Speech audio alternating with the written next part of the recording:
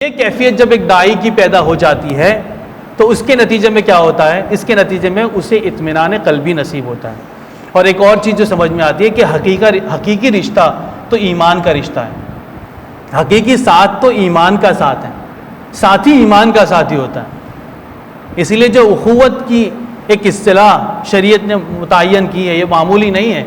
یہ مواخات مدینہ کی جو ایک کیفیت، ایک سچویشن بنائی گئی، یہ معمولی سی بات نہیں ہے، یہ بہت بڑی بات ہے. اگر آج اہل فلسطین اور اہل کشمیر کے لیے ہمارے سینوں میں درد اٹھتا ہے تو اسی اخوت کی بنا پر اٹھتا ہے. یہ ایمان کے ساتھی ہے ہمارے، یہ ایمانی رشتے سے ہمارا ان کا تعلق ہے. تو رشتہ ایمان کا ہوتا ہے، ضروری نہیں ہے خونی رشتہ اگر آپ ایمان سے ہٹ جائے تو پھر وہ آپ کے رشتہ دار نہیں ہیں.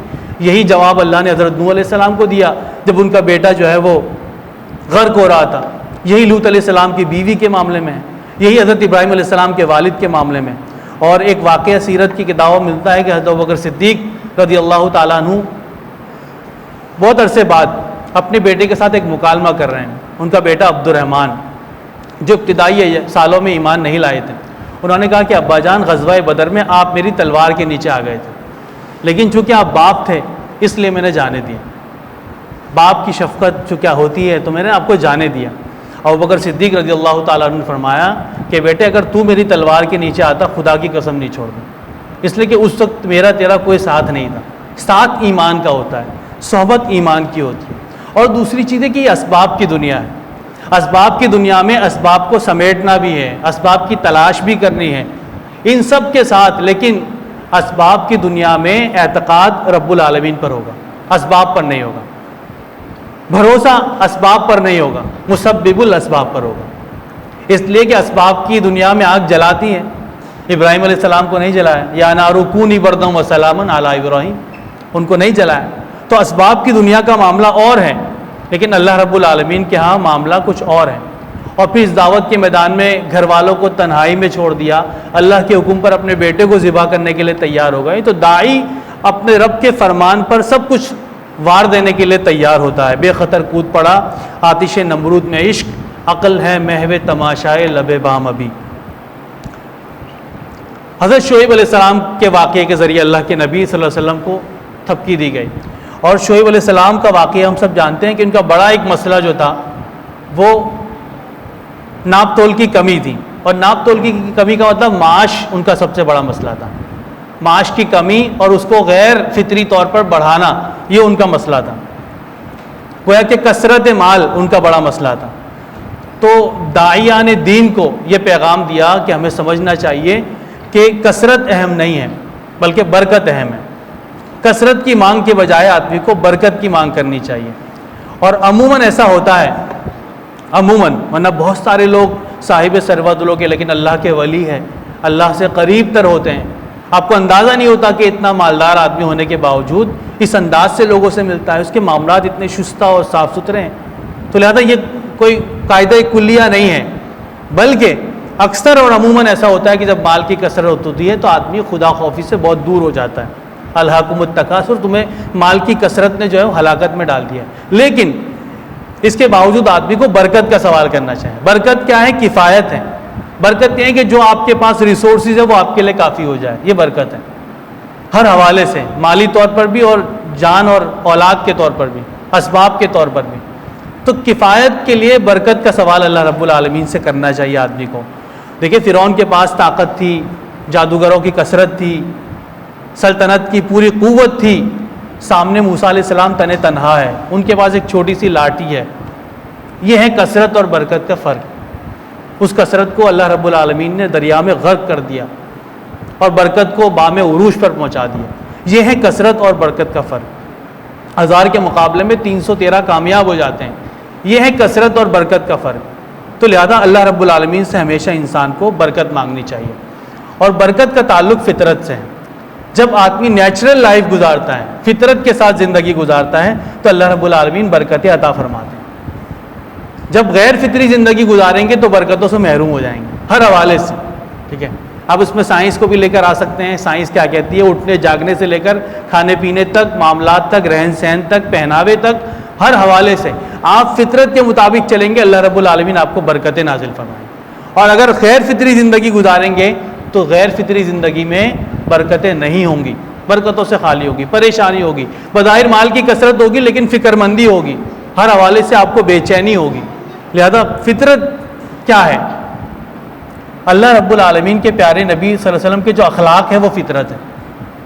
آپ نے اپنی اخلاقیات کے ذریعے جو جو باتیں سمجھائی ہیں، جس کے ذریعے ایک معاشرہ بڑا پرامن بن سکتا ہے، ایک فرد کی انفرادی زندگی بڑی اچھی ہو سکتی ہے، اور اس کے ذریعے چونکہ فرد معاشرے کی بنیادی اکائی ہے، وہ ساری اکائیاں اس طرح ہو جائے گی تو معاشرہ پرامن ہو جائے گا۔ وہ ساری باتیں ہی فطرت کے معین مطابق ہے۔ مثال کے طور پر قناعت جو ہے، قناعت کرنا کہ آپ کے پاس جتنا ہے آپ اس پر راضی ہو جائے، فطرت ہے۔ جب آپ کمپیریزن شروع کر دیتے ہیں، جب آپ تقابل شروع کر دیتے ہیں تو آپ کو مایوسی اور پریشانی ہونا شروع ہو جاتی ہے، یہ غیر فطری ہے۔ اگر آپ قناعت کریں گے تو آپ برکتوں سے مالا مال ہو جائیں گے، آپ کو ایک تسکین ملے گی، سکون ملے گا۔ شکر گزاری، فطرت یہ چاہتی ہے کہ شکر گزاری ہو، اس لیے کہ انسان کی فطرت بھی یہی ہے کہ اگر وہ کسی کے ساتھ احسان کرے تو سامنے والا اس کو اپریسیشن دے، اس کی حوصلہ افزائی کرے، اس کو تھپکی دے۔ تو اللہ رب العالمین اتنے سارے انعامات اور احسانات ہم پر کر رہا ہے تو شکر گزاری تو بنتی ہے، اس کا شکر ادا کرنا بنتا ہے۔ تو اگر شکر سے خالی زندگی ہے تو وہ غیر فطری ہے، اور غیر فطری زندگی برکتوں سے خالی ہوگی۔ اس طرح عفو درگزر ہے، عفو درگزر فطرت میں اللہ رب العالمین نے شامل کیا، اس لیے کہ میں بھی چاہتا ہوں کہ اگر مجھ سے کوئی غلطی ہو جائے تو لوگ مجھے معاف کر دیں، اس کا مطلب یہ فطرت ہے۔ تو جب آپ لوگوں کو معاف کرنا شروع کرتے ہیں تو آپ فطرت کے ساتھ چلنا شروع ہو جاتے ہیں، اور اس نتیجے میں آپ برکتوں سے مالا مال ہو جائیں گے۔ اس طرح صلہ رحمی، جو اللہ کے نبی صلی اللہ علیہ وسلم نے فرمایا کہ عموماً ویسے بھی دو خواہشات ایسی ہیں فرد کی، انسان کی، جو ہر انسان چاہتا ہے۔ وہ کیا؟ ایک اس کی عمر طویل ہو جائے، اس کو لمبی زندگی مل جائے، ہر انسان کی یہ خواہش ہوتی ہے، اور اس کو مال کی کثرت بھی مل جائے، مال کی فکر سے وہ آزاد ہو جائے، معاش کی فکر سے وہ آزاد ہو جائے۔ یہ دو خواہشات شاید ہر انسان کی ہے۔ اللہ کے نبی نے فرمایا جو شخص چاہتا ہے کہ اس کی مال میں اضافہ ہو اور اس کی عمر میں اضافہ ہو، اس کو چاہیے کہ اپنے رشتہ داروں کے ساتھ صلہ رحمی کرے، اور صلہ رحمی ان کے ساتھ نہیں جو آپ سے جڑتے ہیں، صلہ رحمی ان کے ساتھ جو آپ سے ٹوٹتے ہیں، جو آپ سے دور ہوتے ہیں، جو آپ کو دفع کرتے ہیں، جو آپ کو بھگاتے ہیں، جو آپ کو نہیں بلاتے، جو آپ کو اپنے ایونٹ سے دور رکھتے ہیں، جو آپ کو کاٹتے ہیں۔ ان اصل من قطعنی، میرے رب نے مجھے حکم دیا ہے کہ میں اس سے جڑوں جو مجھ سے کٹے، جو مجھ سے دور ہو رہا ہے میں اس کو قریب کروں، جو مجھے دفع کر رہا ہے میں اس کو گلے لگاؤں، جو مجھے اپنی دعوتوں میں نہیں بلاتا میں اپنی دعوت کی رونق اس کو بناؤں۔ یہ ہے فطرت۔ جب آپ فطرت کے ساتھ چلیں گے اللہ رب العالمین برکتوں سے مالا مال کر دیں گے۔ وسعت قلبی، آدمی کو تنگ دل نہیں ہونا چاہیے، اور تنگ دلی ہر حوالے سے۔ جو آپ کے پاس ہیں وہ ظاہر بھی ہو سکتا ہے، مال بھی ہو سکتا ہے، وہ آپ کی جو ہے وہ جسمانی کوئی تعاون بھی ہو سکتا ہے فزیکل، یا پھر آپ کے پاس جو اسکلز ہے، جو صلاحیت ہے، جو دماغ کے اندر مشورے ہیں، تجاویز ہیں، جو آپ کا تجربہ ہے وہ ہے۔ ہر حوالے سے آدمی کو وسعت قلبی کا اظہار کرنا چاہیے۔ جب آپ وسعت قلبی کا اظہار کریں گے اللہ رب العالمین آپ کو برکتوں سے مالا مال کریں گے، اور جس چیز کو آپ دینا شروع کر دیں گے اللہ رب العالمین اس میں بڑھاوا آپ کو عطا فرمانا شروع کر دے گا۔ اور پھر فرمایا ایک چیز حسن ظن۔ پہلے کہا جاتا تھا کہ یہ معاملہ جو ہے وہ مردوں میں شاید کم ہے، لیکن اب اس کی قید ختم ہو چکی ہے۔ حسن ظن، لوگوں کے بارے میں بدظنی، برے خیالات، کسی کے بارے میں آپ کو بات پتہ چلے، اپنے طور پر چیزوں کو انالائز کرنا اور ایک نتیجہ نکال دینا اور اس کو پھیلا دینا، اس سے بچنا چاہیے۔ ان بعض الظن اثم، بے شک اکثر جو ہے وہ گمان، یہ گناہ ہوتے ہیں، تو لہذا کسی کے بارے میں بدگمانی نہیں کرنی چاہیے۔ حسن ظن رکھے ہر ایک کے معاملے میں، جس سے آپ کا پالا پڑتا ہے نہ پڑتا ہو، حسن ظن رکھنا چاہیے۔ حسن ظن برکتوں کو لے کر آنے والی چیز ہے۔ اور ایک اور چیز یہ کہ برکت فطرت میں ہے، اور فطرت یہ ہے کہ آدمی تساہل اور کاہلی سے بچیں ہر حوالے سے۔ اور یہ تو دنیاوی حوالے سے بھی ہم کہتے ہیں کہ اگر آدمی ہارڈ ورک نہیں کرتا، اگر اسٹرگل نہیں کرتا، محنت نہیں کرتا، کوشش نہیں کرتا، تو اس کو دنیا میں بھی کامیابی نہیں ملتی۔ تو لہذا دینی حوالے سے بھی اپنے آپ کو اس طور پر تیار کرنا چاہیے کہ ہمہ وقت اپنے آپ کو متحرک رکھنا چاہیے۔ اور ایک اور بنیادی چیز جو آج کا سب سے بڑا مسئلہ ہے وہ اسراف ہے۔ اسراف سے اپنے آپ کو بچانا۔ اسراف کی آلودگی آپ کے ایمانی حرارت کو کم کرنے کا باعث ہے۔ اسراف کی آلودگی آپ کی ایمانی ترقی میں رکاوٹ کا باعث ہے، اور یہ ہم سے زیادہ ہم اپنی نسلوں تک یہ بات منتقل کرنے کی ضرورت ہے، اس لیے کہ نسلیں جس حالات سے میں پروان چڑھ رہی ہیں، آگے جس طرح کے حالات آنے والے ہیں، ایسے میں ضروری ہے کہ اسراف کی اس لت سے اپنی اولاد کو اور اپنی نسلوں کو بچایا جائے. اسراف سے بچنا چاہیے، اس لیے کہ اسراف کرنے والے ان المبذرین کانوا اخوان الشیاطین، اللہ رب العالمین نے انہیں شیطان کے بھائی قرار دیا ہے. تو لہذا اس سے بچنا چاہیے. اس کے نتیجے میں اللہ رب العالمین پھر برکتیں نازل فرمائے گا. ذرا سے رزق میں برکت بھی کتنی ہوتی تھی، اور ایک چراغ سے کتنے چراغ جلتے تھے. وہ سادگی کا زمانہ تھا. حضرت نوح علیہ السلام کے ذریعے کیا پیغام دیتے ہیں ہم سب داعیان دین کو، کہ ہم دعوت کے مکلف ہیں. ہمارے ذمے جو بات ہم تک پہنچائی گئی ہے، جو اللہ کے نبی کی دعوت ہے، اس کو لے کر اٹھنا ہے اور پوری دنیا پر چھا جانا ہے. سب کو اس دعوت کے ساتھ سب قریب کر دینا ہے. یہ اللہ رب العالمین کا ہم سے حکم ہے اور ہم سے تقاضا ہے. ہم اس کے مکلف نہیں ہیں کہ لوگ کتنے ایمان لے آئیں، ہمیں کتنی کامیابی ملی. اتنے سال سے جد و جہد ہو رہی ہے، کامیابی نہیں ہے، تو لوگ کہتے ہیں کہ آپ لوگ غلط ہیں. ایسا نہیں ہے. ہمارے ذمہ کوشش ہے. ابھی جب اس دنیا سے جائے تو اس اطمینان کے ساتھ جائے کہ میں نے زندگی اللہ رب العالمین کے دین کے ابلاغ میں، اشاعت میں، پہنچانے میں خرچ کی. یہ اطمینان ہوگا تو یہی ہماری سب سے بڑی کامیابی ہے. اور اس کی سب سے بڑی مثال حضرت نوح علیہ السلام. 950 سال، ذرا اندازہ لگائیں، 950 سال اللہ رب العالمین کے کلمے کی طرف لوگوں کو بلانا، اللہ کے دین کی طرف، اس کے نظام کی طرف لوگوں کو بلانا، یہ کوئی معمولی بات ہے. اور اس کے ضمن میں مفسرین نے کہا ہے کہ ٹھیک ہے یہ بات کہ اس وقت عمریں بہت زیادہ ہوتی تھی، لیکن نوح علیہ السلام جتنی عمر نہیں تھی ان کی. مطلب ایوریج عمر 650-700 سال. نوح علیہ السلام کو اللہ رب العالمین نے زیادہ موقع عطا کیا اپنے پیغام کو پہنچانے کے لیے. 2 نسلوں تک آپ نے پیغام پہنچایا، اور 80 سے زیادہ، 80 سے کم بلکہ لوگ ایمان لاتے ہیں 950 سال کی محنت میں، اس دعوت کی محنت. لیکن نوح علیہ السلام نہیں تھکتے، مسلسل کوشش کرتے ہیں. ہر چوک چوراہے پر، ہر گھر کے ہر دستک دیتے ہیں، لوگوں کے پاس جاتے ہیں، برین واشنگ کرتے ہیں. لیکن آخر میں جا کر جب وہ اللہ رب العالمین کی بغاوت سے باز نہیں آتے، تب جا کر وہ ایک بد دعا ضرور کرتے ہیں. لیکن وہ بد دعا اس لیے نہیں کہ میں تھک گیا ہوں اس دعوت کے راستے میں، بلکہ میرے رب کی اب بغاوت مجھ سے برداشت نہیں ہوتی. اے اللہ اب ان کو مت چھوڑنا. رب لا تذر علی الارض من الکافرین دیارا انک ان تذرہم یضلوا عبادک ولا یلدوا الا فاجرا کفارا، کہ ان میں سے ایک کو بھی نہیں چھوڑنا، اس لیے کہ اگر تو اس کو چھوڑے گا تو ان کی اولاد ان سے بڑی فاجر کافر بنے گی. تو لہذا یہ نوح علیہ السلام کی دعوت ہمیں بتاتی ہے کہ اپنے کام سے پیچھے نہیں ہٹنا، اپنی دعوت پر مطمئن رہ کر آگے بڑھنا ہے، نتائج سے بے فکر ہو کر. اور نوح علیہ السلام کی زندگی کو اگر ہم بیان کریں تو یہ کہہ سکتے ہیں میرا جسم کیا، میری روح کیا، نہیں کوئی زخموں کی انتہا، ہر طرف سے دھتکارا جا رہا ہے، ہر طرف سے بھگایا جا رہا ہے. غم عاشقی تیرا شکریہ میں کہاں کہاں سے گزر گئے. اور نوح علیہ السلام کی دعوت اور اللہ کے نبی کی دعوت میں بڑی مماثلت اور مطابقت ہے. اللہ کے نبی کبھی کوہ صفا پر کھڑے ہوتے ہیں، اپنے آپ کو پیش کرتے ہیں، اعلانیہ دعوت دیتے ہیں، کبھی وہاں سے نکالے جاتے ہیں، اپنے رشتہ دار آپ کو برا بھلا کہتے ہیں اور آپ کو انفرادی طور پر تکلیفیں پہنچائی جاتی ہے. آپ باہر نکلتے ہیں، طائف چلے جاتے ہیں، وہاں پتھر برسائے جاتے ہیں، اپنے گھر کو چھوڑنے پر مجبور کیا جاتا ہے، مدینہ چلے آتے ہیں، پھر مسلسل جنگ و جدل ہے، لڑائی ہے، میدان میں اترنا ہے، کم وسائل کے ساتھ اترنا ہے. تو اللہ کے نبی کی زندگی بھی حضرت نوح علیہ السلام کی بظاہر تو 23 سال ہے، لیکن وہ 23 سال کے اندر مشقت، محنت، کوشش، صبر و استقامت، برداشت اور اپنی دعوت کے ساتھ ثابت قدمی، یہ اللہ کی نبی صلی اللہ علیہ وسلم کی دعوت سے ہمیں نظر آتا ہے.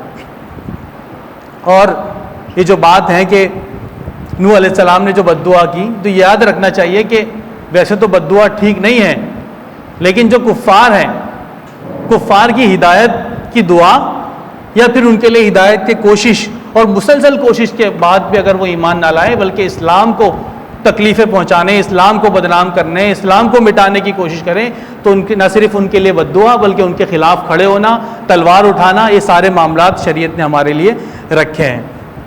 اور ایک چیز جو مولانا مودودی رحمۃ اللہ علیہ نے بیان فرمائی اس حوالے سے کہ عموماً دیکھتے ہیں کہ نوح علیہ السلام کے ساتھ بھی اگر 80 سے تھوڑے سے کم لوگ ایمان لائے ہیں تو ان میں زیادہ تر اس معاشرے کے کمزور لوگ تھے. تو دعوت اس کا تقاضا نہیں کرتا کہ آپ بااثر افراد کو اپنے ساتھ شامل کریں، یہ ضروری نہیں ہے. کوئی شامل ہو جائے گا تو اس سے اسلام کو تقویت ملے گی. حضرت عثمان غنی رضی اللہ تعالیٰ عنہ شامل ہوئے تو اسلام کو تقویت ملی ہے، مختلف غزوات میں ملی ہے، مختلف حوالوں سے ملی ہے، مالی طور پر ملی ہے. عبد الرحمن ابن عوف رضی اللہ تعالیٰ عنہ مالدار ہوئے ہیں تو اسلام کو فائدہ ہوا ہے. تو اگر کوئی صاحب ثروت فرد اس دعوت کا حصہ بنے گا تو اس دعوت کو تقویت ملے گی. لیکن یہ ضروری نہیں ہے. ہماری دعوت دنیا کے ہر فرد، دنیا کے ہر کونے، دنیا کے ہر حصے اور ہر طبقے سے تعلق رکھنے والے فرد کے لیے ہوگی. اور ابو سفیان نے جو سوال کیے تھے ہرقل نے کہ کون ایمان لا رہا ہے اس محمد پر جس نے نبوت کا دعویٰ کیا ہے، تو فرمایا تھا تبعوہ من الضعفاء، کہ ہم میں سے جو کمزور لوگ ہیں وہ ایمان لا رہے ہیں. اس معاشرے کے کمزور لوگ، حضرت ابو ہریرہ رضی اللہ تعالیٰ عنہ کمزور آدمی ہے، فاقے غشی کے دورے پڑتے ہیں صفہ میں، لیکن پھر اٹھتے ہیں، پھر دین کا کام کرتے ہیں.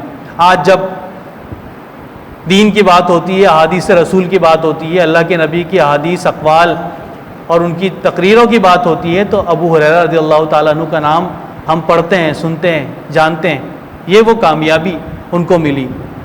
اور خود عبداللہ ابن ام مکتوم کو دیکھیے کہ اللہ کے نبی سرداران کو دعوت دے رہے ہیں، وہاں وہ نابینا صحابی تشریف لے آتے ہیں عبداللہ ابن ام مکتوم، تو آپ کو ناگواری گزرتی ہے. ناگواری اس لیے نہیں گزرتی کہ یہ کمزور آدمی ہے، ناگواری اس طور پر ہے کہ میں ابھی ایک اہم میٹنگ میں ہوں، بڑے بااثر افراد سے میں بات کر رہا ہوں، اگر یہ لوگ ایمان لے آئے تو پیچھے سارے قبائل ایمان لے آئیں گے.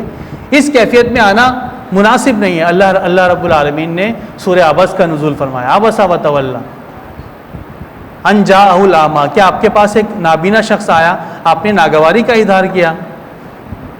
لعلہ یزکیٰ، آپ کو کیا پتہ شاید وہ اس کا تزکیہ ہو جائے، اس کو فائدہ ہو جائے. اور پھر اس کے بعد اللہ رب العالمین کے اس تنبیہ کرنے کے نتیجے میں اللہ کے نبی صلی اللہ علیہ وسلم نے پوری زندگی عبداللہ ابن ام مکتوم کو اپنے سینے سے لگا کر رکھا ہے. اور جب کہیں کسی غزوے کے پر، کسی مہم پر آپ مدینہ سے روانہ ہوتے ہیں تو عبداللہ ابن ام مکتوم کو چھوڑ کر جاتے ہیں کہ عبداللہ ابن ام مکتوم نمازیں پڑھائیں گے، وہ رکھوالی کریں گے خواتین کی. یہ وہ اعزاز ہے. خود بلال حبشی کو پڑھتے ہیں، کمزور آدمی ہے، کوئی حیثیت کوئی وقت نہیں ہے، لیکن چونکہ اپنی دعوت کے ساتھ چمٹے ہوئے ہیں، ان سے ایک بات کہی جا رہی ہے کہ اب پھر جائیں، دعوت سے منہ موڑ لیں، ہم آپ کو آزاد بھی کر دیں گے اور آپ جو چاہیں گے آپ کو مل جائے گا. لیکن نہیں کہتے، ظلم پر ظلم سہ کر یہ بولے بلال، ظالموں یہ تمہارا غلط ہے خیال، دامن مصطفیٰ کو میں یوں چھوڑ دوں، اتنا کمزور ایمان ہمارا نہیں. اس کے نتیجے میں کیا ہوتا ہے، جب مکہ فتح ہوتا ہے سارے سرداران یہ خواہش رکھتے ہیں کہ ہمیں یہ اعزاز ملے گا کہ ہم پہلی اذان فتح مکہ کے بعد کعبے کی چھت پر چڑھ کر ہم دیں گے، یہ اعزاز ہمیں ملے گا. ہر ایک کے دل میں یہ خواہش ہے. آپ فرماتے بلال آگے بڑھیے، کعبے کی چھت پر چڑھ کر اللہ رب العالمین کی کبریائی کا اعلان کریں. یہ وہ اعزاز ہے. اور پھر وہ معراج کے موقع پر اللہ رب العالمین نے وہ جو اعزاز اللہ کے نبی صلی اللہ علیہ وسلم کو سنوایا، ان کے قدموں کی آہٹ کو سنایا. تو جو اس دعوت کے ساتھ مخلص ہوگا وہ قرب حاصل کرے گا اللہ رب العالمین کا، اور اس قرب کے نتیجے میں اللہ رب العالمین جو اطمینان نصیب کرے گا وہ اطمینان ہی اصل ہم سب کا مسئلہ سکینت قلبی ہے، ذہنی سکون ہے. آدمی مال اس لیے جمع کرتا ہے تاکہ ذہنی سکون مل جائے، ہر قسم کی ٹینشن سے آزاد ہو جائے. آدمی کسی عہدے پر اس لیے جانا چاہتا ہے تاکہ بہت سارے حوالوں سے ذہنی سکون سے آزاد ہو جائے، اور ہر حوالے سے. تو ذہنی سکون تو الا بذکر اللہ تطمئن القلوب، اللہ کے ذکر میں اللہ رب العالمین نے دلوں کا اطمینان رکھا ہے. اور جہاں یہاں ظاہری ذکر مراد ہے کہ آدمی ظاہری طور پر اللہ کے ذکر کرے، اس کی تسبیح پڑھے، وہیں پر اس سے ذکر عملی بھی مراد ہے کہ زندگی کے ہر کام میں اللہ رب العالمین کو یاد کرے کہ یہ کام آیا اللہ رب العالمین کی رضا کا باعث ہے یا اس کی ناراضگی کا باعث ہے. یہ بھی ذکر کے درجے کے اندر آتا ہے. اور ایک جو پیغام ہم سب کو ملتا ہے نوح علیہ السلام کے واقعے سے، وہ یہ کہ بہرحال اس دنیا میں آدمی جتنا عرصہ رہے، ایک نہ ایک دن اس دنیا کو چھوڑ کر آدمی کو چلے جانا ہے اپنے اس حقیقی گھر کی طرف جس کی طرف کئی لاکھوں لوگ اس دنیا سے چلے گئے ہیں. اور نوح علیہ السلام کا ایک مکالمہ کتابوں میں ملتا ہے ملک الموت سے.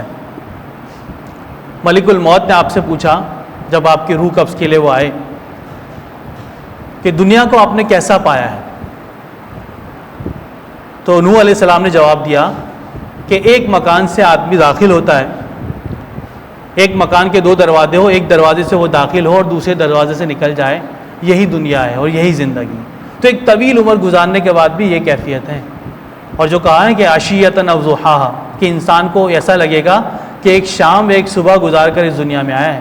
آخرت کی زندگی اتنی طویل اور اتنی تفصیلی معاملات وہاں پر انسان کو درپیش آنے والے، اس کے لیے انسان کو اپنے آپ کو تیار رکھنا چاہیے.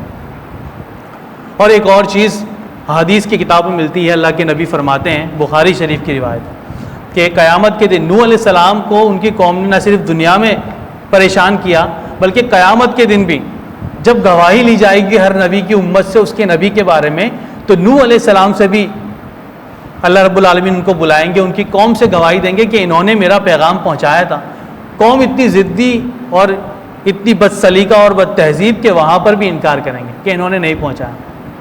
تو حضرت نوح علیہ السلام کی صداقت کے لیے، ویسے تو اللہ رب العالمین سب جانتے ہیں، لیکن اللہ رب العالمین نوح علیہ السلام کی صداقت میں امت محمدیہ صلی اللہ علیہ وسلم کو پیش کریں گے، اور امت محمدیہ اس دعوت کے ذریعے جو اللہ کے نبی کے ذریعے اور قرآن مجید کے ذریعے نوح علیہ السلام کی اس پوری کشمکش، اس پوری جد و جہد کا جو ہمیں علم ہے، اس کی گواہی وہاں پر دیں گے۔ تو حضرت نوح علیہ السلام کا واقعہ ہمیں بتاتا ہے کہ بہرحال اس دنیا سے ہمیں لوٹنا ہے، ٹھیک ہے، اور جتنی زندگی اللہ دیں، اللہ رب العالمین کے اس دین کے ساتھ اپنے آپ کو جوڑے رکھنا ہے۔ وہ صداقت کے لیے جس دل میں مرنے کی طرف، پہلے اپنے پے کرے خاکی میں جا پیدا کریں، پھونک ڈالے یہ زمین و آسمان مستعار، اور خاکستر سے آپ اپنا جہاں پیدا کریں۔ تو اپنی دنیا آپ پیدا کر، اگر زندوں میں ہر طرح کے حالات میں، ہر طرح کی سچویشن میں دعوت کے لیے راستہ بنانا میری ذمہ داری ہے، اس دعوت کو آگے پہنچانا میری ذمہ داری ہے۔ اس دعوت کے کام میں کوئی ایکسکیوز قابل قبول نہیں ہے، کوئی یہ نہیں کہہ سکتا کہ اس راستے کے اندر یہ رکاوٹ، آپ کو ان رکاوٹوں سے گزر کر آگے بڑھنا ہے، اور جو جتنا عزیمت کے اس راستے پر جائے گا اللہ رب العالمین اتنا اس کو قرب عطا فرمائیں گے۔ خلاصہ کلام جو ہمیں سمجھ میں آتا ہے کہ ایک داعی کو کیسا ہونا چاہیے، اخلاص نیت سے سرشار ہونا چاہیے۔ شاید آج سے 20 سال پہلے ہم کہہ سکتے ہیں کہ اس پر بہت آسانی کے ساتھ عمل ہو سکتا تھا، لیکن آج جب ڈیجیٹل دور ہے اور سوشل میڈیا کا دور ہے، تو اس چیز سے آدمی اپنے آپ کو ذرا سا اخلاص نیت بہت زیادہ ضروری ہے، کیونکہ ایک چھوٹا سا بھی ایک کام کر کے آدمی اس کا اظہار چاہتا ہے، اس اظہار کے ذریعے اس کی اپریسیشن چاہتا ہے، یہ ایک نیچرل ہو گیا ہے سوشل میڈیا کے ذریعے۔ تو جب بھی دعوت کا کام کرے اخلاص نیت کے ساتھ ضرور کرے، اس میں اخلاص نیت ہونی چاہیے۔ اخلاص نیت کے نتیجے میں اللہ رب العالمین پورا اجر عطا فرمائیں گے۔ دوسری چیز، عمل کا پیکر خود بننا پڑے گا۔ دعوت کے میدان میں دعوت کا اثر بعد میں ہوتا ہے، داعی کے کردار، اس کے کریکٹر کا اثر پہلے ہوتا ہے۔ اللہ کے نبی جب کوہ صفا پر کھڑے ہوئے اور یا صباحہ کی پکار کے ذریعے لوگوں کو جمع کیا، تو پہلے دعوت پیش نہیں کی بلکہ کہا لقد لبثت فیکم 40 عاما، تم میں 40 سال گزارے ہیں میں نے، انہی گلیوں میں، انہی چوک چوراہوں میں تمہارے ساتھ معاملات کیے، کیف وجدتمونی، تم نے مجھے کیسا پایا؟ تو سب نے ایک زبان ہو کر کہا وجدناک صادقا و امینا، ہم نے آپ کو سچا بھی پایا ہے اور امانت دار بھی پایا ہے۔ معاملات میں سب سے جو قابل ستائش چیز ہے وہ صداقت اور امانت ہے۔ اگر کسی فرد کے معاملات میں صداقت ہے اور امانت ہے، اس کا مطلب اس کے معاملات میں شستگی ہوگی، صفائی ہوگی، ستھرائی ہوگی۔ اس کے بعد آپ نے فرمایا قولوا لا الہ الا اللہ تفلحون، دعوت بعد میں پیش کی ہے، پہلے اپنے کردار کو پیش کیے ہیں۔ تو عمل کے ذریعے اپنے آپ کو، جو کہ دعوت کا کام اجتماعیت کا کام ہے، لیکن اجتماعیت میں آپ کی دعوت کا اثر تب ہوگا جب انفرادی طور پر آپ کا تعلق باللہ مضبوط سے مضبوط تر ہوگا۔ وہ راتوں کو عابد، وہ دن کے سپاہی تب تھے، راتوں کو اٹھ کر اللہ رب العالمین سے اپنا تعلق بنایا کرتے تھے۔ اپنے تعلق کو مضبوط کرنے کا سب سے بہتر ذریعہ ہے فَإِذَا فَرَغْتَ فَانْصَبْ، اللہ کے نبی کو فرمایا جب یہ سارے دعوت کے کام سے تم فارغ ہو جاؤ، فَانْصَبْ، میرے سامنے گڑ جاؤ، کھڑے ہو جاؤ، میری تسبیح بیان کرو، میرے سامنے سجدہ اور رکوع۔ یہ کیفیت کے ذریعے اللہ رب العالمین کا قرب حاصل کیا جاتا ہے۔ عمل سے زندگی بنتی ہے، جنت بھی جانا ہے۔ اور تیسری چیز خیر خواہ، ہر ایک کے لیے خیر خواہ ہونا پڑے گا۔ آج لوگ دعوت سے دور اس لیے بھاگتے ہیں کہ ہم نے ان کے بارے میں نتیجہ ہی نکال کے رکھ دیا ہے کہ یہ لوگ تو ایسے ہی ہیں، ان پر تو اثر نہیں ہونا۔ ایک داعی سب کے لیے خیر خواہ ہوتا ہے، اس لیے کہ یہ دین ہی خیر خواہی کا نام ہے۔ سب کے لیے خیر کا جذبہ آپ کے دل میں ہونا چاہیے۔ سارے جہاں کا درد ہمارے جگر میں، تو ہمارے جگر میں ہونا چاہیے اس درد کو۔ جب اس درد کو محسوس کریں گے تو یہ درد آپ کو کچھ کرنے کے لیے آمادہ کرے گا۔ یہ موٹیویشن اندر سے آنی چاہیے۔ خارجی عوامل آدمی کو اتنا موٹیویٹ نہیں کرتے جتنا آپ کا اندرون کرتا ہے آپ کو۔ آپ کے قلبی، اگر آپ کی کیفیت ایسی ہے کہ آپ اس دعوت کے ساتھ شرح صدر ہے، آپ کو اطمینان قلبی ہے آپ کو، تو پھر یہ آپ کو ہر میدان میں کھڑا کرنے کی توفیق بھی دے گا، ہر ایک کو گلے لگانے کی توفیق بھی دے گا، آپ کے مخالف کی بات سننے کے لیے بھی ہمت آپ کو عطا کرے گا۔ تو خیر خواہی سب کے لیے ہونی چاہیے، نرم خو ہونا چاہیے، بالخصوص مومنین کے لیے تو نرم خو ہونا. اشداء علی الکفار رحماء بینہم، تو آپس میں اگر رحم دل ہوں گے، دوسروں کے لیے نرمی ہوں گی، اس لیے کہ اللہ رب العالمین بھی رفیق ہے. ان اللہ رفیق ویحب الرفق، اللہ نرم دل ہے اور نرمی کو پسند کرتا ہے. یہ قساوت قلبی، یہ سخت دلی، یہ اللہ رب العالمین کو پسند نہیں ہے. دل نرم ہونے چاہیے، چھوٹی سی بات سن کر دل پسیج جانا چاہیے. کوئی ایسی بات سن کر، کوئی ایسی کسی کی کیفیت سن کر آدمی کے دل میں درد اٹھنا چاہیے. تو یہ درد جب پیدا ہوگا تب آپ اس دعوت کے کام کے اندر آپ کی دلچسپی بھی پڑے گی. متوکل علی اللہ، آدمی کو متوکل ہونا چاہیے، اللہ پر توکل کرنے والا ہونا چاہیے. بالکل ویسے ہی توکل جیسے پرندے صبح نکلتے ہیں اور اس توکل پر نکلتے ہیں کہ شام کو خالی پیٹ نہیں آئیں گے، بھرے پیٹ کے ساتھ لوٹتے ہیں. تو جب خدا پر بھروسہ ہوگا، مومن ہے تو بے تیغ بھی لڑتا ہے سپاہی. مومن اس پر بھروسہ نہیں کرتا، اسباب پر، اسباب کی تلاش بھی کرنی ہے، لیکن بھروسہ اور توکل خدا کی ذات پر ہوگا. صابر، شاکر اور مستقیم ہونا چاہیے آدمی. مشکل آئے گی تو صبر کرنا ہے، بہتر حالات آئیں گے تو شکر کرنا ہے، اور ہر کیفیت کے اندر مستقیم رہنا ہے، استقامت کا مظاہرہ کرنا ہے. اس لیے کہ اس دعوت کے کام میں استقامت، دعوت اور استقامت یہ ساتھ ساتھ چلتے ہیں. اگر استقامت نہیں ہے تو دعوت کا کام پھر ادھورا رہ جائے گا. ان الذین قالوا ربنا اللہ ثم استقاموا تتنزل علیہم الملائکہ، بے شک وہ لوگ جنہوں نے کہا کہ اللہ ہمارا رب ہے، پھر اس پر ڈٹ گئے، تتنزل علیہم الملائکہ، تو فرشتوں کا نزول ہوگا. نزول ملائکہ ضروری ہے اس کے لیے کہ آپ کی استقامت ہو اس دعوت کے کام پر، اللہ رب العالمین کے کلمے پر آپ کی استقامت ہو تو پھر نزول ملائکہ ہوتا ہے. تو یہ کیفیت ہونی چاہیے. ستائش اور صلے سے بے نیاز ہونا چاہیے. ویسے تو ہر فرد یہ چاہتا ہے کہ کوئی کام کرے تو اس کی حوصلہ افزائی ہو، کوئی کام کرے تو اس کا بدلہ مل جائے، لیکن نہیں. آپ جتنے انبیاء کی دعوت کو پڑھتے ہیں، قرآن مجید میں پڑھے، ایک ہی جملہ وہ کہتے ہیں، ما اسألکم علیہ من اجر ان اجریہ الا علی رب العالمین، کہ میں تم سے کسی اجر کا سوال کرتا ہی نہیں ہوں. ایسا نہیں ہے کہ مجھے کوئی دنیاوی کوئی خواہش ہے. ان اجریہ الا علی رب العالمین، کہ جو کام میں کر رہا ہوں اس کا اجر تو میرے رب العالمین کے پاس ہے، وہی مجھے دے گا. میں تم سے تو آدمی کو اس دعوت کے کام میں اس چیز سے بے فکر ہو جانا چاہیے کہ مجھے کوئی عہدہ مل رہا ہے، مجھے کوئی قربت مل رہی ہے، مجھے کوئی ہائی لائٹ کر رہا ہے. ان چیزوں سے آدمی کو بے فکر ہو کر اپنے دعوت کے کام کو آگے بڑھانا چاہیے. مردم شناس اور موقع شناس ہونا چاہیے. افراد کو پہچاننے کی صلاحیت ہونی چاہیے.